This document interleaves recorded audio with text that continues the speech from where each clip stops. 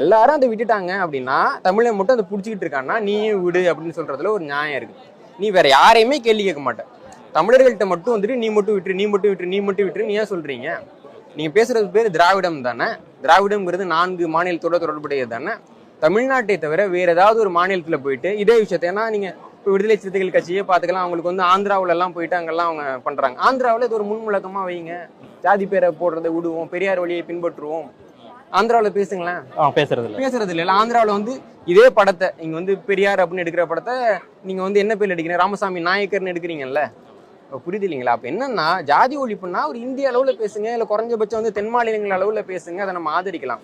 தொடர்ச்சியாக ஒரு சிக்கல் வர்றப்போ அந்த சிக்கலுக்கு என்ன காரணமோ அந்த காரணத்தை பேசாமல், நீ மன்னர் மன்னனா மாமா மன்னனா, இந்த மனநோயாளி சாதி வெறி பிடிச்ச மனநோயாளி மாதிரி சாதிக்கு முட்டு கொடுத்து பேசிக்கிட்டு இருக்க. தமிழ்நாட்டில் சாதி பிரச்சனைக்கு தமிழ்நாட்டோட தலைவர்கள் தான் போராடுவாங்க. ஆந்திராவில் போய் போராடலையான்னு கேட்கா? தமிழ்நாட்டில் சாதி பிரச்சனையே இல்லையா? தண்ணியில் பீயை கலக்கலையா? ஆணவ கொலை நடக்கலையா? தென் மாவட்டங்களில் சாதி பேரை சொல்லி மக்கள் வெட்டிக்கிட்டு சாவலியா? எத்தனை குடும்ப சீரழியுது இந்த சாதியால்? எவ்வளோ பிரச்சனை இன்னும் நடந்துக்கிட்டு இருக்குது. இப்போ சாதி ஒழிப்பு தமிழ்நாட்டில் போராடக்கூடாதா? தமிழ்நாட்டு ஆட்கள் ஆந்திராவில் தான் போராடணுமா? திராவிடம் தென்னிந்தியா திராவிடம் தான்டா லூசு பையில. வடநாட்டில் இருக்க மொழியை கைவிட்டான், தென்னிந்தியாரும் மொழியை கைவிடலை. சமஸ்கிருதம், அதாவது தமிழுக்கு சமஸ்கிருதம் நேரடி சொல்லு திராவிடம் அப்படின்னு அழகாக அம்பேத்கர் மொழி ஆய்வில் அழகாக விளக்கமாக எழுதியிருக்காரு ஆய்வு பண்ணி. நீ அந்த வரலாறாம் படிப்பியா? அப்படி மூல தமிழ்நாட்டோட வரலாறு தமிழ் வரலாறு உனக்கு தெரியுமா? சோழர் காலத்திலே நிற்கா வர இந்த புராண குப்பையிலே வரலாறு சொல்லிக்கிட்டு இருக்கா லூசு பையில.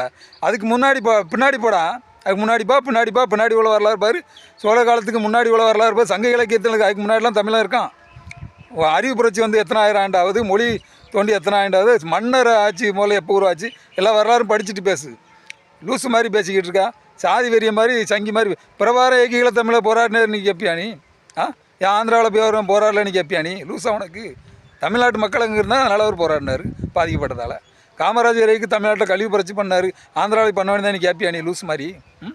லூஸா? உனக்கு தமிழ்நாட்டில் இருக்கும், தமிழ்நாட்டுக்காக தான் ஃபஸ்ட்டு போராடுவான். அது தமிழ்நாடு முன்மாதிரியாக இருக்கும் எல்லா ஊருக்கும். புரியுதா?